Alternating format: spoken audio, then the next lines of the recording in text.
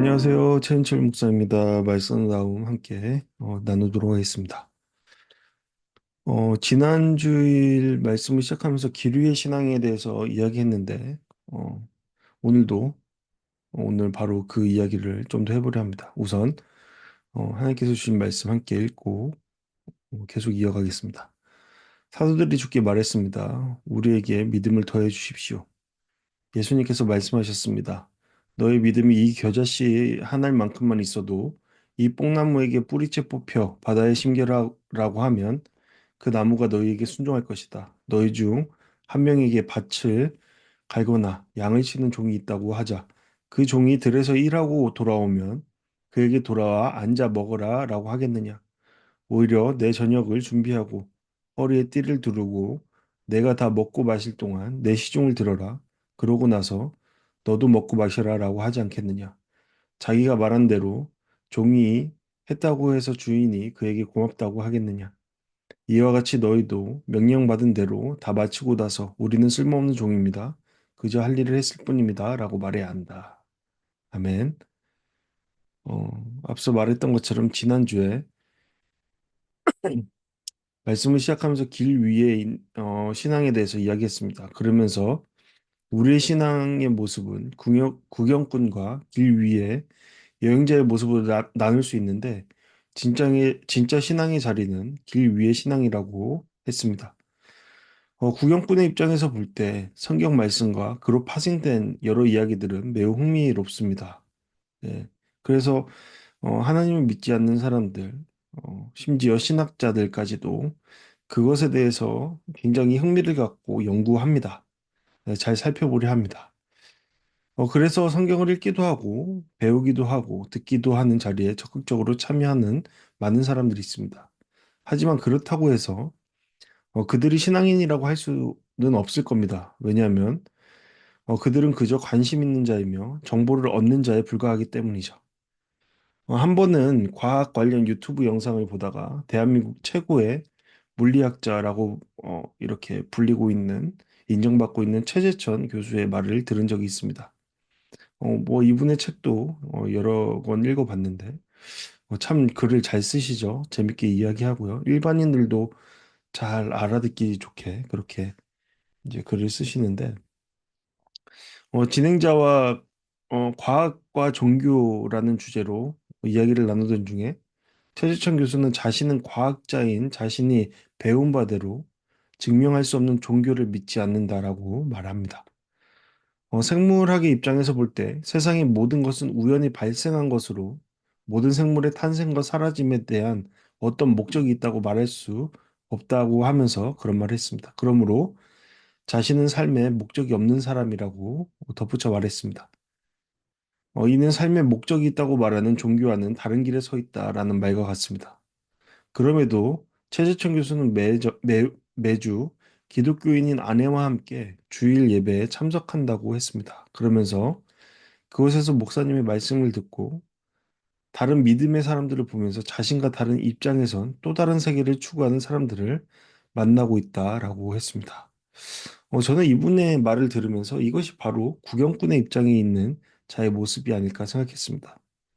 어쩌면 성경에 대해 보통 사람들보다 더 많은 지식을 가질 수도 있고 갖고 있을 수도 있고 보다 객관적인 입장에서 과학적이고 지적인 모습으로 지성의 자리에서 그 자리에 있을 수 있지만 그의 신앙은 진짜라고 말할 수 없을 겁니다.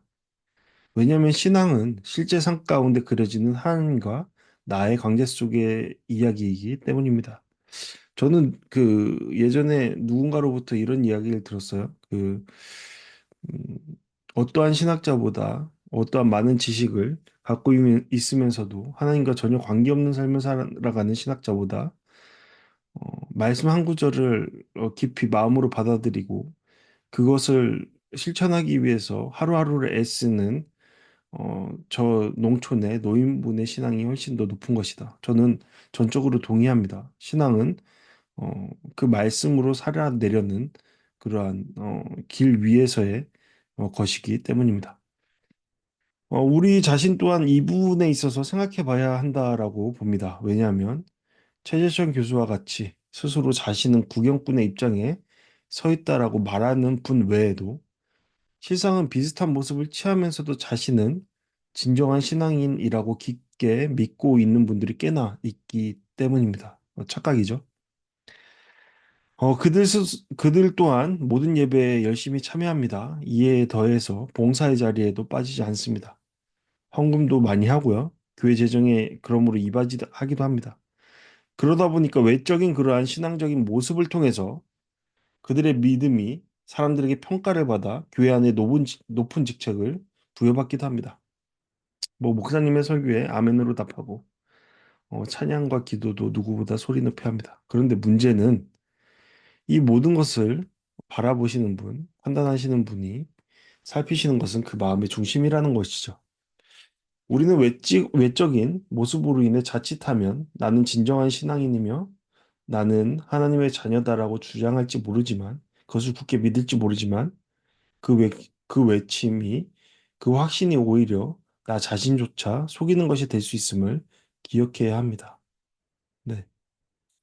예수님은 복음서에서 여러 번 이와 같은 말씀을 하셨습니다. 너희가 아무리 주여 주여 외쳤고 심지어 나의 이름으로 예언하고 귀신을 쫓아내는 기적을 행하였어도 나와 전혀 상관없는 자일 수 있다고 말씀하셨습니다. 예. 뭐 예언하고 귀신을 쫓아내고 기적을 행하는 것 많은 사역자들이 원하는 것이죠. 그리고 이러한 행함이 있는 자들, 이러한 결과를 얻는 자들을 굉장히 큰 믿음의 사람이라고 우리는 생각하죠. 그러나 주님의 생각은 다릅니다. 이런 주님의 말씀은 나 자신의 신앙을 주님 앞에 철저히 점검해야 할 이유가 되는 것이죠. 왜냐하면 우리의 신앙의 판단자는 우리가 아니라 하나님이시기 때문입니다. 나의 외적인 행위에 앞서서 나의 마음 깊은 곳에 예수님을 주인으로 모시고 있는가가 가장 중요한 우리의 신앙의 척도라고 볼 수 있는 것입니다. 이것에 대한 판단 기준은 분명 우리의 확신이라고 할 수 없죠. 말할 수 없습니다. 우리가 확신을 갖고 있다라고 해서 우리가 믿음 있는 자다, 귀리의 선자다라고 말할 수 없습니다. 그것이 성경에서 이야기하는 겁니다. 주님의 말씀이 기준이 되어야 하고 주님의 말씀대로 행하는 삶이 기준이 되어야 합니다. 우리의 기준은 우리의 감정이 아니라 우리의 어떠한 확신이 아니라 확정된 어떠한 주장됨이 아니라 하나님의 바라보심이 되어야 합니다. 그렇다면 하나님께서 우리를 바라보실 때 우리 각자는 어떤 모습일까? 분명히 우리는 자신이 믿음 있는 자라고 말한다면 고백한다면 점검해 봐야 할 겁니다. 가령 지난주의 말씀과 같이 예수님께서 믿음의 성장에 대해 가르쳐 달라는 제자들의 요청에 대해 결국에는 종의 이야기를 전해 주시는데 그것은 진정한 믿음의 성장, 믿음의 삶을 살아가는 자는 바로 하나님의 종의 정체성을 가진 자들에게 있다라는 것을 말씀해 주시는 겁니다. 곧 종의 정체성을 가진 자만이 믿음을 소유한 자가 되고 믿음의 사람이 되고 믿음의 자리로 나아가며 믿음의 성장을 이루는 자리에 서게 된다라는 것이 바로 예수님의 말씀이었던 겁니다. 어, 존 메가더 목사님이 한 말을 다시금 언급하지 않을 수 없는데 복음은 노예로의 초청이다라고 말했습니다. 저는 그 말에 전적으로 동의합니다. 복음은 하나님의 노예의 자리로의 초청입니다. 그 노예의 판단과 행위 그리고 그 외의 것들은 주인이신 하나님에 의해서 판단되어지고 결정되는 겁니다. 왜냐하면 우리를 노예로 부르시는 주님이 진정한 어, 이 말은 지금 살아가는 현대인들에게 굉장히 억압으로 들릴 수 있겠죠. 예, 그럴 수 있을 것 같습니다. 왜냐면 우리는 설교에서도 말했지만 우리는 자유가 자유를 중시하는 세상 가운데 살고 있기 때문이죠. 하지만 역설적으로 이것은 자유로의 초대라고 볼 수 있습니다. 우리가 하나님의 노예가 되는 것은 자유로의 초대입니다. 왜냐하면 우리를 노예로 부르시는 종으로 부르시는 주님이 우리의 삶에 대한 진정한 자유를 향한 길을 여시는 분이시기 때문입니다. 이 부분에 대해서 정말 할 말이 많습니다. 주님의 노예가 된다는 것은 너무나 어, 행복한 길이라는 것을 저는 알고 있기 때문입니다. 믿고 있기 때문입니다. 경험하고 있기 때문입니다. 저는 주님을 주인이라고 고백할 수 있어서 너무 행복합니다. 너무 감사합니다. 너무 평안합니다. 왜냐하면 제가 저의 삶의 주인이 아닌 주님이 저의 삶의 주인이라는 것이 무지하고 아무것도 아닌 제가 저의 삶의 주인이 아니라는 것이 굉장히 음, 기쁩니다. 예, 굉장히 안정감을 느낍니다. 예. 그리고 주님이 저의 주인이 되신 그 자리에 참여한다라는 것이 너무나 감격스럽고 기쁩니다. 뭐 이런 감정적인 표현들을 할 수밖에 없고요. 더 세세하게 들어가면 너무 많은 이야기를 해야 되기 때문에 이 정도의 감정만을 드러내면서 다음으로 넘어가려 합니다. 왜냐하면 오늘의 주제는 그것이 아니기 때문입니다.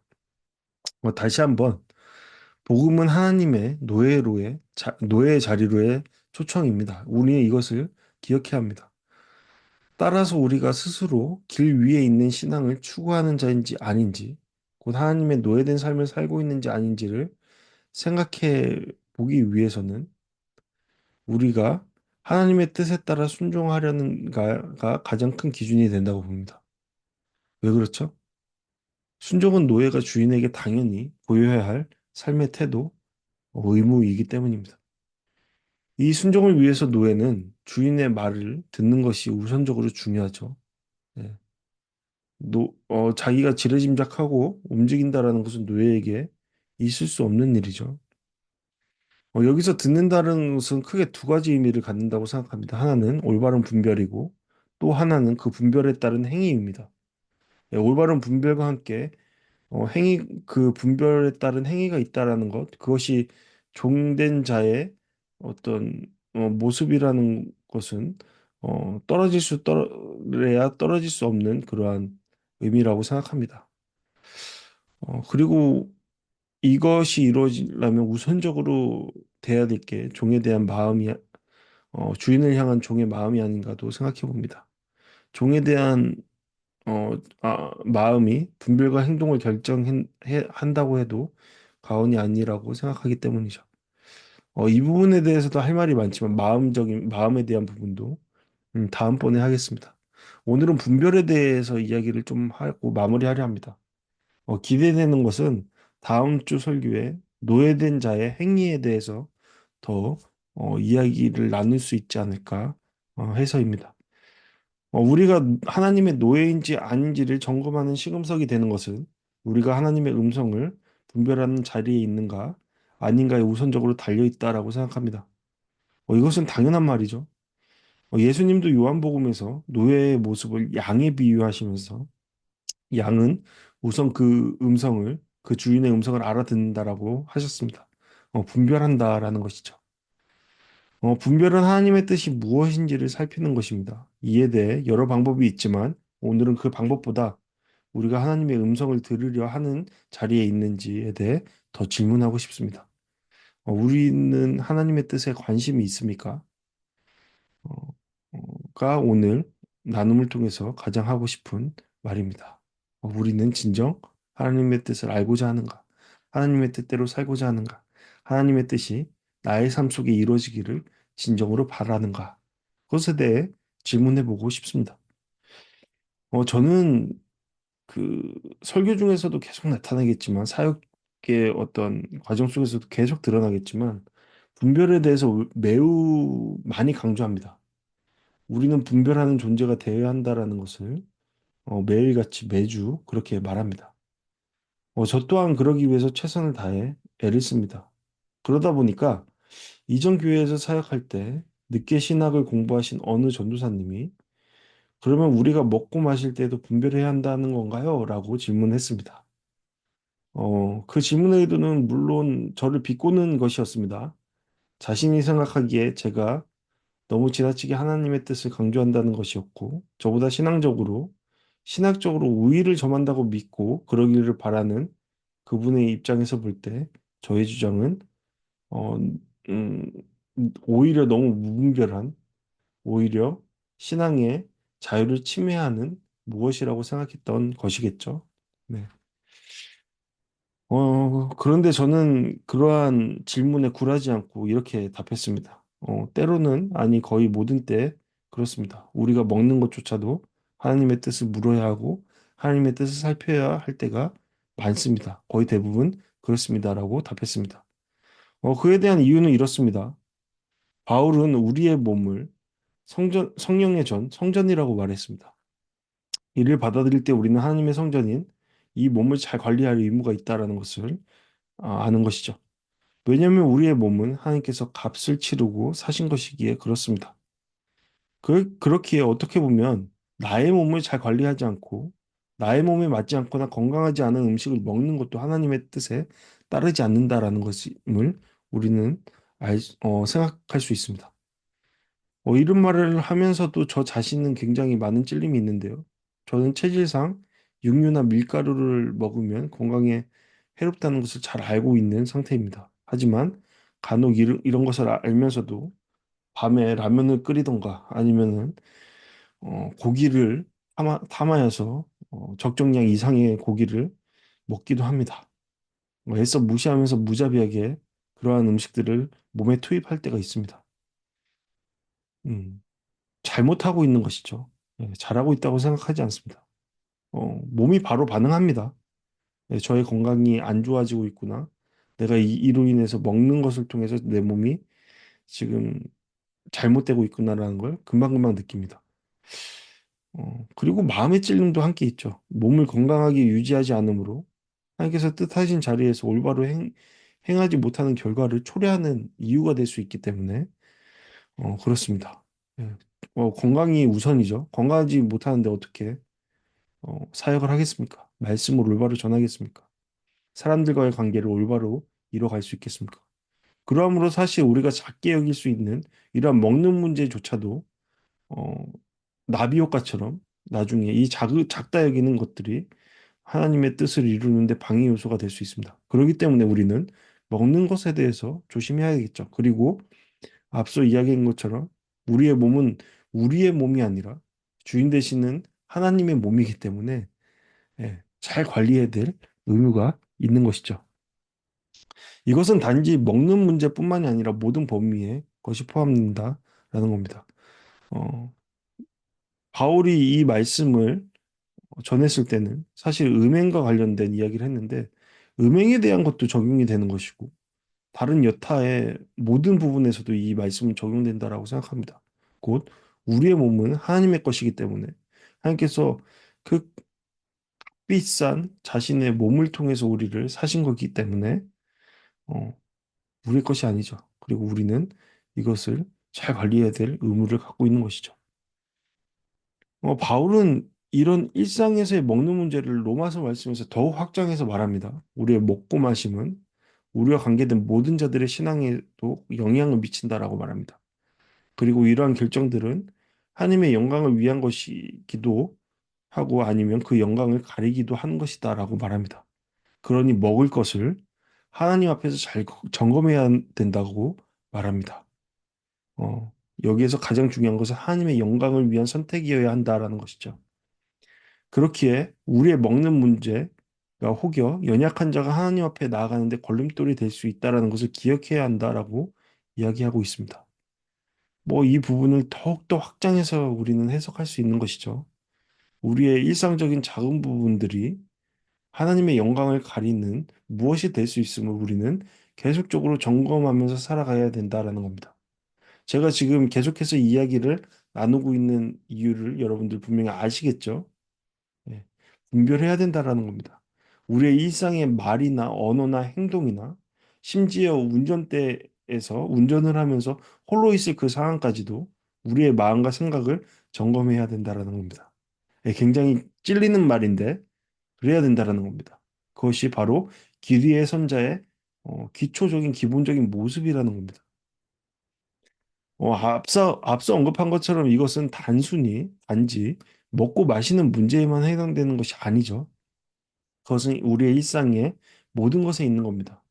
이것에 대한 예는 얼마든지 들 수 있습니다. 여기서 중요한 것은 어, 바로 이런 주님의 말씀을 진지하게 받아들이고 삶을 통해 나타내 보이느냐 하는 것이죠. 바로 길 위에서 하나님의 뜻대로 살기를 원하는지, 그래서 그 말씀에 따라 움직이며 분투하려 하는지, 우리의 마음의 상태, 그리고 우리가 분별의 자리로 나아가려는 그러한 어, 우리의 상태를 생각해 보자라는 겁니다. 여러분 어떠신 것 같습니까? 우리는 스스로에게 질문해 봐야 되는 것이죠. 나의 일상을 하나님께 드려지는 거룩한 한 제물로 제물이 되려고 하는 그런 애씀 가운데, 그런 노력 가운데, 그런 열망 가운데 있는지, 그걸 위해서 주님께서 조명하시는 거룩하신 불빛 아래 철저히 자신을 점검하는 시간을 하루하루, 그리고 매 순간 항상 보내고 있는지를 생각해 봐야 한다는 겁니다. 그것이 저는 기류의 선자의 기본적인 모습이라고 생각합니다. 그것이 구경꾼들과 다른 기류의 선자의 모습이라고 생각합니다. 재밌는 얘기 하나 하고 여러분 오늘 이야기를 좀 마무리하려 합니다. 한 중세 수도원에서 있었던 일입니다. 수도원을 떠나려는 친한 동료를 말리던 한 수련자가 안타까운 마음에 수도원 원장님을 찾아갔습니다. 그러면서 원장님은 왜 저렇게 수련자들이 이렇게 떠나가는데 저의 함께했던 친구들도 저렇게 떠나가는데 말리지 않느냐며 적극적으로 말리지 않느냐며 따지는 듯 물었습니다. 그저 원장님은 잠시 눈을 감고 하늘을 쳐다보면서 의미심장한 말씀을 이어서 했습니다. 사냥꾼이 수많은 사냥개를 풀어 토끼를 잡으러 갔단다. 그 가운데 토, 맨 처음 토끼를 발견한 사냥개가 마구 짖어대며 그 토끼를 쫓아갔어. 그러자 토끼를 보지 못한 다른 사냥개들도 짖어대며 달리는 사냥개를 따라갔지. 그런데 따라가기만 했던 개들은 힘이 들거나 장애물이 나타나면 곧 포기하고 되돌아왔어. 그러나 토끼를 직접 본 개는 포기하지 않았어. 자기 목표물을 확인했기 때문이지. 그래서 어떠한 어려움이나 힘든 일이 있어도 꿋꿋이 토끼만 바라보며 토끼를 보며 쫓아가 잡아올 수 있었어.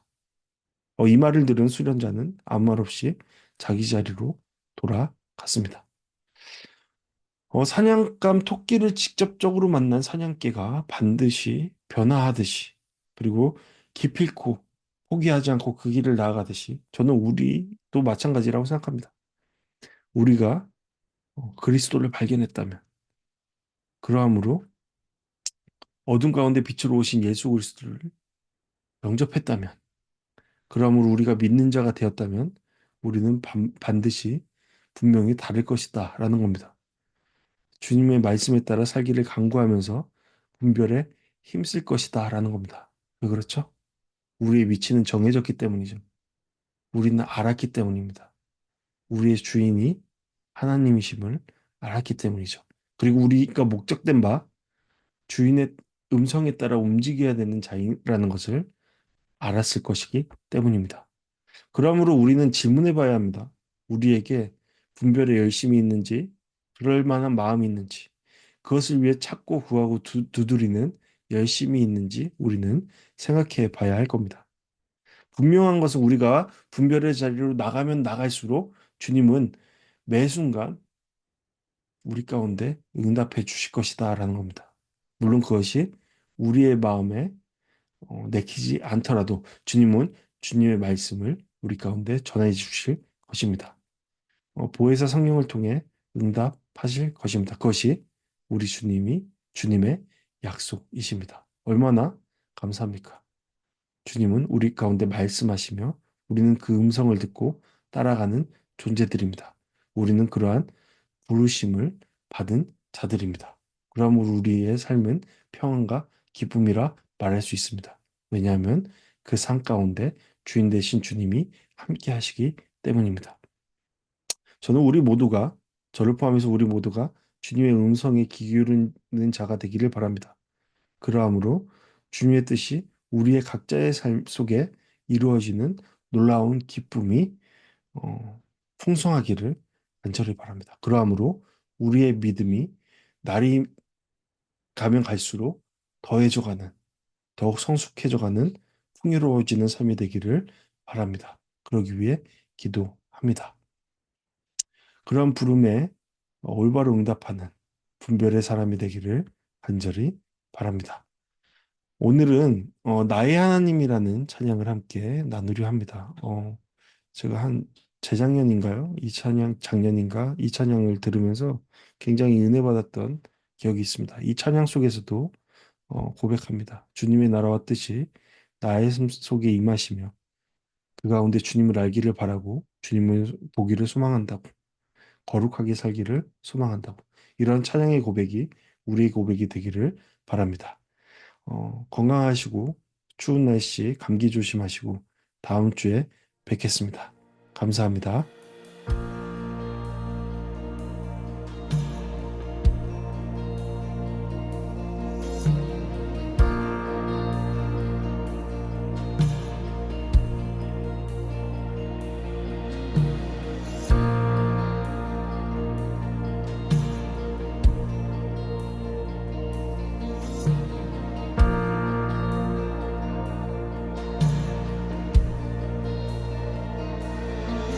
나의 사랑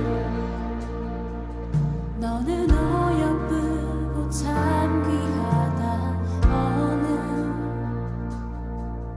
보석보다 귀하다 내가 사랑스럽지 않을 때 너를 온전히 사랑하고 너와 함께하려 내가 왔노라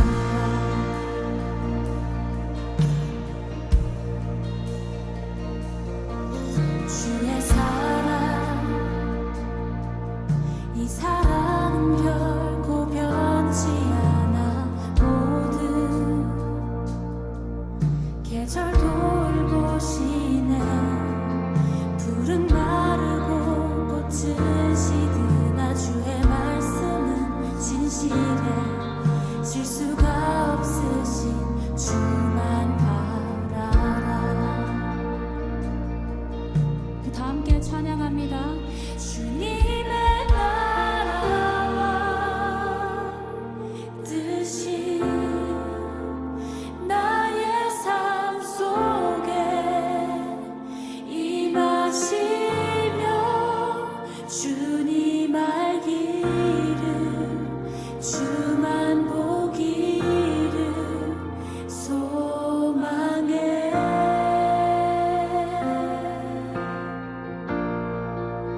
거룩히 살아가 힘과 두려움 없는 믿음 주신 나의 하나님 완전한 사랑 찬양해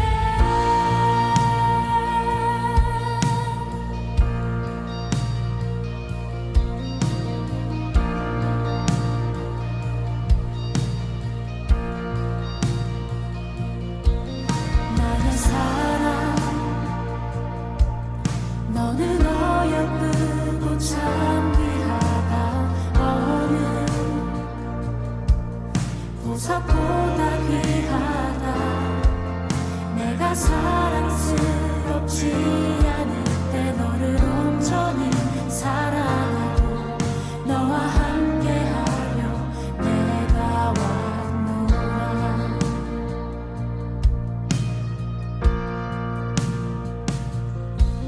주의 사랑 이 사랑은 결코 변치 않아 모든 계절 돌보시네 푸른 마르고 꽃은 시드나 주의 말씀은 진실해 실수가 없으신 주만 바라라 주님의 나라와